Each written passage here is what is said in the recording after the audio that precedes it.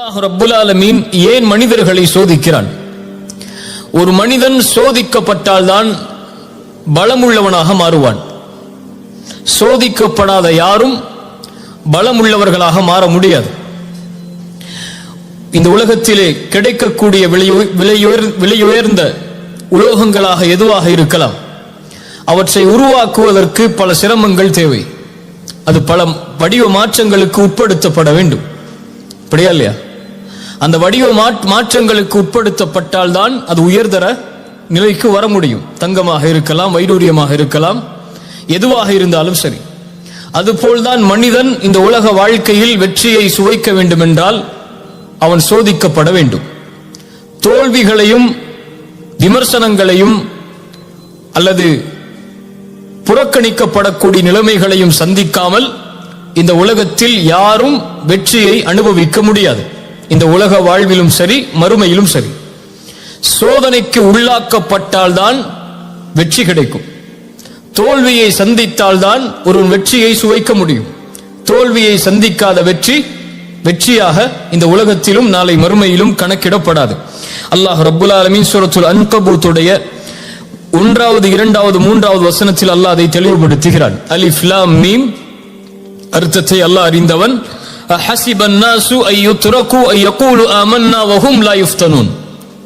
லா இலாஹ இல்லல்லாஹ் என்று நீங்கள் கூறிவிட்டால், நீங்கள் முஸ்லிம்களாக மாறிவிட்டால், இறைவனுக்கு நெருக்கமானவர்களாக மாறிவிட்டால் அல்லாஹ் உங்களை சோதிக்காமல் விட்டு விடுவான் என்று எண்ணிக்கொண்டீர்களா?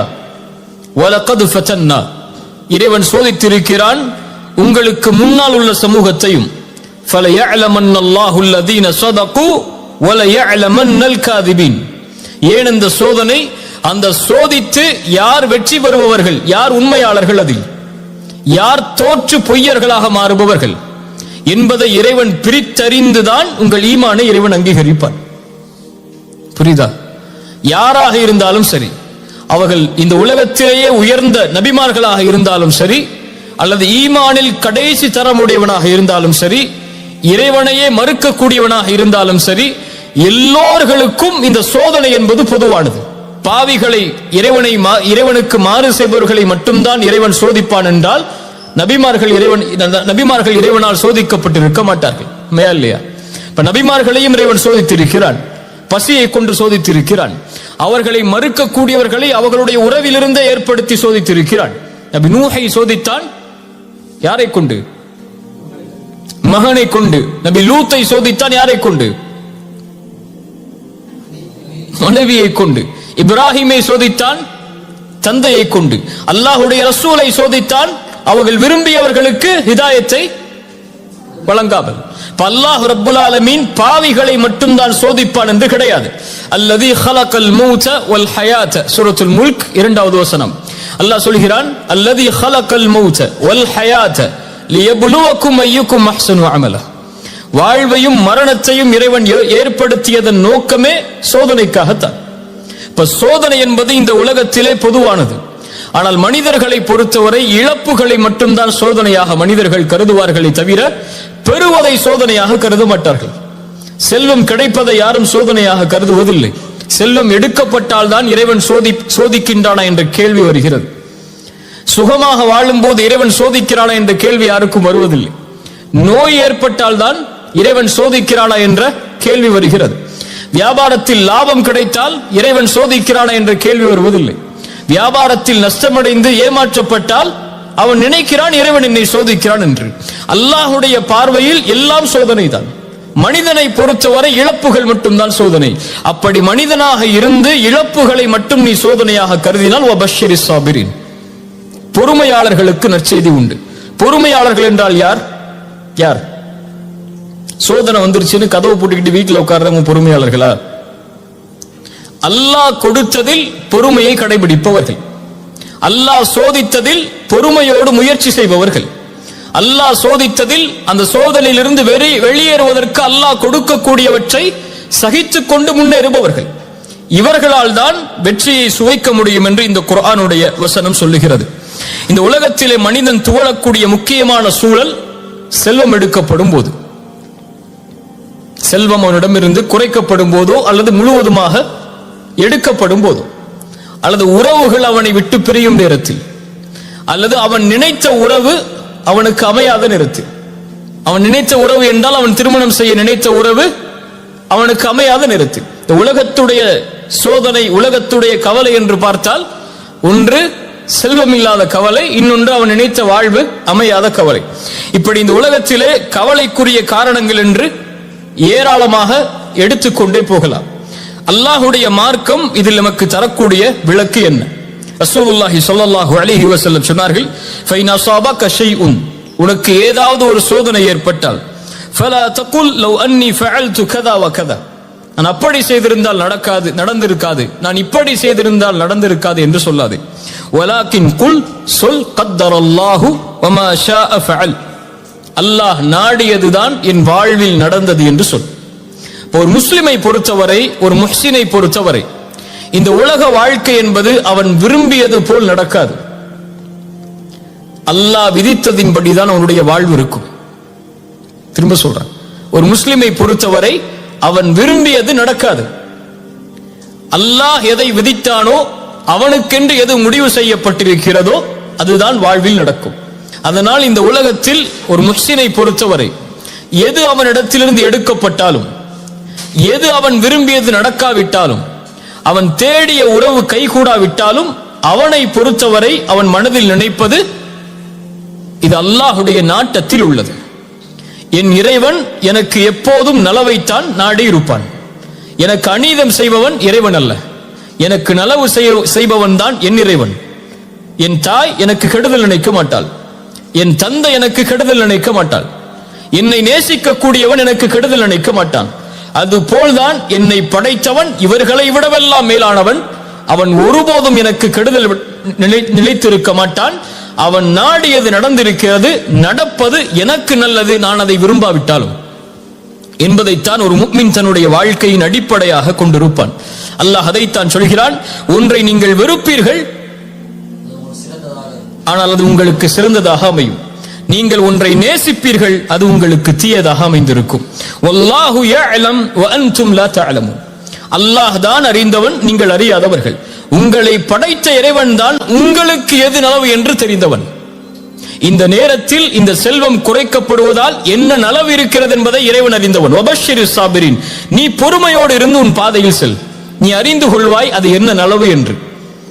உனக்கு ஒரு உறவு கைகூடாவிட்டால், நீ விரும்பிய வாழ்வு உனக்கு அமையாவிட்டால், விரும்பாத வாழ்வு அமைந்து விட்டால் ஏற்றுக்கொள், இறைவன் அதைத்தான் உனக்கு விதித்திருக்கிறான். ஏன் அல்லாஹ் விதித்திருக்கிறான் என்ற கேள்விக்கு பதிலை தேட வேண்டும் என்றால் பொறுமையோடு இரு. பொறுமையோடு இருந்தால் ஏன் இது நடக்கிறது என்பதை நீ அறிந்து கொள்வாய். அல்லாஹ்வுடைய தூதர் ஸல்லல்லாஹு அலைஹி வஸல்லம் அவர்கள் உம்மு சலமா ரலியல்லாஹு அன்ஹா அவர்களுடைய கணவன் அபூ சலமா மரணித்ததற்கு பிறகு ஒரு செய்தியை சொல்லி அனுப்புகிறார்கள். உம்மு சலமாவிற்கு சொல்லுங்கள் ரலியல்லாஹு அன்ஹா, ஒரு முஸ்லிம் சோதிக்கப்பட்டால் அவன் சொல்லட்டும், அல்லாஹ் ரப்புல் ஆலமீன் நாடியதுதான் நடந்திருக்கிறது. இன்னா லில்லாஹி வ இன்னா இலைஹி ராஜிஊன், யா அல்லாஹ் இந்த முசீபத்தை என்னிடத்திலிருந்து நீக்கி இதற்கு பதிலான நலவை என்னுடைய வாழ்வில் ஏற்படுத்து என்று சொல்லட்டும் என்று உம்மு சலமாவிற்கு ரசூலுல்லாஹி ஸல்லல்லாஹு அலைஹி வஸல்லம் செய்தி அனுப்புகிறார்கள். அவருடைய கணவருடைய மரணத்திற்காக ஒரு உறவை பிரிகிறார்கள். என்ன சொல்லுகிறார்கள்? யா அல்லாஹ் எனக்கு சிறந்ததை கொடு என்று கேட்க சொல்லுகிறார்கள். உம்மு சலமா அறிவாளி, உடனே சொன்னார்கள், அபூ சலமாவை விட சிறந்த கணவரை அல்லாஹ் எனக்கு கொடுப்பாடா என்று. என்ன கேட்டார்கள்? அபூ சலமாவை விட சிறந்த கணவரை இறைவனுக்கு கொடுக்க முடியுமா என்று. அல்லாஹ் ரப்புல் ஆலமீன் அந்த கேள்விக்கு பதிலாக அல்லாஹ்வுடைய ரசூலை கொடுத்தான். ரசூலை விட அபூ சலமா பெரியவர் அல்ல, சிறந்தவராக இருக்கவும் முடியாது. ரசூலுல்லாஹி ஸல்லல்லாஹு அலைஹி வஸல்லம் அவர்களை அல்லாஹ் ரப்புல் ஆலமீன் திருமணம் முடித்து கொடுத்தான். இந்த உலக வாழ்வு இப்படித்தான். فإن مع العسر يسرا إن مع العسر يسرا, சிரமத்தோடு இன்பம் என்பதும் சேர்ந்து வரும், சிரமத்தோடு இன்பம் என்பதும் சேர்ந்து வரும். இப்னு அப்பாஸ் சொன்னார்கள் ரலியல்லாஹு அன்ஹு, இந்த வசனத்திற்கு விளக்கமாக சூரத்து ஷரஹ்லே வரக்கூடிய இந்த வசனத்திற்கு அல்லாஹ் ரப்புல் ஆலமீன் பஅத் என்ற வார்த்தையை பயன்படுத்தவில்லை, மஅ என்ற வார்த்தையை அல்லாஹ் பயன்படுத்தி இருக்கிறான். அல்ஹம்துலில்லாஹ். பஅத் என்றால் சிரமத்திற்கு பிறகு இன்பம் வரும், ஆனால் அல்லாஹ் சொல்லுவது சிரமத்தோடு இன்பம் வரும். சிரமம் வந்தால் அதன் தொடர்ச்சி அடுத்து இன்பம் தான். நீ பொறுமையாக சகிக்க வேண்டியது அந்த சிரமத்தை தான். இருள் இருக்கிறது என்றால் நீ கழிக்க வேண்டியது அந்த இருளைத்தான். வெளிச்சம் மறுநாள் காலையில் இருக்கிறது. நீ கவலையில் இருளாகிவிட்டது என்று நினைத்தால் வெளிச்சத்தை பார்க்க முடியாது. இதைத்தான் அல்லாஹ் ரப்புல் ஆலமீன் நபிமார்களுக்கும் பாடமாக புகட்டினான். சூரா யூசுஃபுடைய 110வது வசனத்தில் அல்லாஹ் சொல்கிறான், ஹத்தா இதஸ்தைஅஸ الرسل وظنوا انهم قد كذبوا. நபிமார்கள் அழைப்பு பணி செய்கிறார்கள். நபி நூஹ் அழைப்பு பணி செய்கிறார். இறைவனின் பக்கம் மக்களை அழைத்துக் கொண்டே இருக்கிறார். ஆனால் மக்கள் எல்லோரும் அவர்களை வெறுக்கிறார்கள், புறக்கணிக்கிறார்கள், பொய்யர் என்கிறார்கள், சூனியக்காரர் என்கிறார்கள். என்ன நினைத்துக் கொண்டார்கள் நபிமார்கள்? இனிமேல் நம்மை யாரும் நம்பிக்கை கொள்ளக்கூடியவர்கள் உருவாக மாட்டார்கள் என்று நினைக்கும் போதுதான் ஜாஅஹும் நஸ்ருனா, அல்லாஹ் அவர்களுக்கு உதவி செய்வான். அல்லாஹ் அவர்களை அதுவரை அந்த நம்பிக்கையின்மையை அல்லாஹ் ஏற்படுத்தி கொண்டே இருப்பான். அந்த நம்பிக்கையின்மை ஏற்பட்டு முடிந்தது என்று நினைக்கும் போது அல்லாஹ் உதவி செய்வான். ஜாஅஹும் நஸ்ருனா. அதனால் அல்லாஹ் ரப்புல் ஆலமீன் ஒரு முஃமினுக்கு சொல்லக்கூடியது, செல்னி சோதனை வந்தால் துவண்டு உட்காராது, சிரமம் வந்தால் உன்னை அழித்துக் கொள்ளாது. ஏன்? ஒரு முஹ்சின் அப்படி இருக்க மாட்டான். இஹ்சானுக்கும் இதுக்கு என்ன சம்பந்தம்? நீ உள்ளார யோசிச்சீங்கல்ல, இஹ்சானுக்கும் இதுக்கும் என்ன சம்பந்தம் என்று சூரத்துல் அன்கபூத் சொல்லுகிற 69வது வசனத்தில், வல்லதீன ஜாஹது ஃபீனா லனஹ்தியன்னஹும் சுபுலனா வ இன்னல்லாஹ லமஅல் முஹ்சினீன். சூரத்துல் அன்கபூத் 69வது வசனம். வல்லதீன ஜாஹது ஃபீனா, எம்முடைய பாதையில் யார் முயற்சி செய்கிறார்களோ, வரக்கூடிய சோதனைகளில், வரக்கூடிய சிரமங்களில், வரக்கூடிய இழப்புகளில் யார் எம்முடைய பாதையில், அதாவது அல்லாஹ்விற்காக, அல்லாஹ்வை நோக்கமாக கொண்டு, அல்லாஹ்வை மனதில் நிறுத்தி யார் முயற்சி செய்கிறார்களோ, நிச்சயமாக நாம் அவர்களின் பாதையை திறந்து வைத்தே தீருவோம். லனஹ்தியன்னஹும் சுபுலனா. ஏன்? வ இன்னல்லாஹ லமஅல் முஹ்சினீன். இப்படி போராடக்கூடிய, இப்படி சிரமங்களை எதிர்த்து நிற்கக்கூடிய, இப்படி சோதனையின் போது முயற்சி செய்யக்கூடிய இந்த முஹ்சின்களோடு அல்லாஹ் இருக்கிறான்.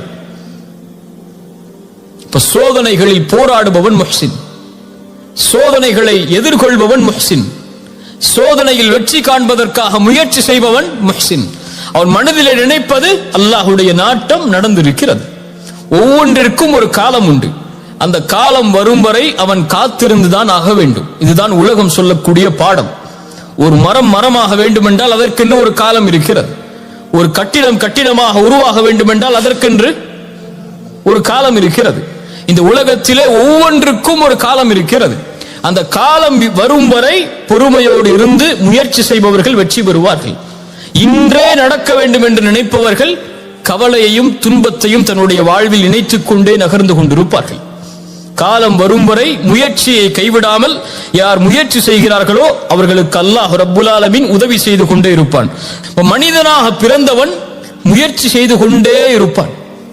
துவண்டு உட்காருவது மனிதனுடைய குணம் அல்ல. அவனுக்கு முடியும் வரை அவன் போராடி கொண்டே இருப்பான். அவனுடைய காலம் வரும் வரை அவன் காத்து கொண்டே இருப்பான். சிலருக்கு 25 வயசுல அவங்களுடைய வாழ்க்கை அமைஞ்சிருக்கும். சிலருக்கு 30 வயசுல தான் அமையும்னா 30 வயசு வரை அவன் காத்திருந்துதான் ஆகணும். 40 வயசுல தான் அமையும்னா 40 வயசு வரைக்கும் காத்திருந்துதான் ஆகணும். இப்ப காத்திருக்கக்கூடிய நேரத்தில் யார் அவசரப்பட்டு இன்று ஏன் எனக்கு அவனை போன்ற வாழ்க்கை இல்லை, இன்று ஏன் எனக்கு அவருடைய வாழ்வை போன்ற வாழ்க்கை இல்லை என்று நினைத்தால் அவன் என்ன ஆவான்? முயற்சி செய்ய மாட்டான், துவண்டு உட்கார்ந்து விடுவான். ரசூலுல்லாஹி ஸல்லல்லாஹு அலைஹி வஸல்லம் மக்காவுடைய வெற்றிக்கு செல்கிறார்கள். மக்காவுடைய வெற்றிக்கு ரசூலுல்லாஹி ஸல்லல்லாஹு அலைஹி வஸல்லம் செல்லுவதற்கு எத்தனை ஆண்டுகள் ஆனது?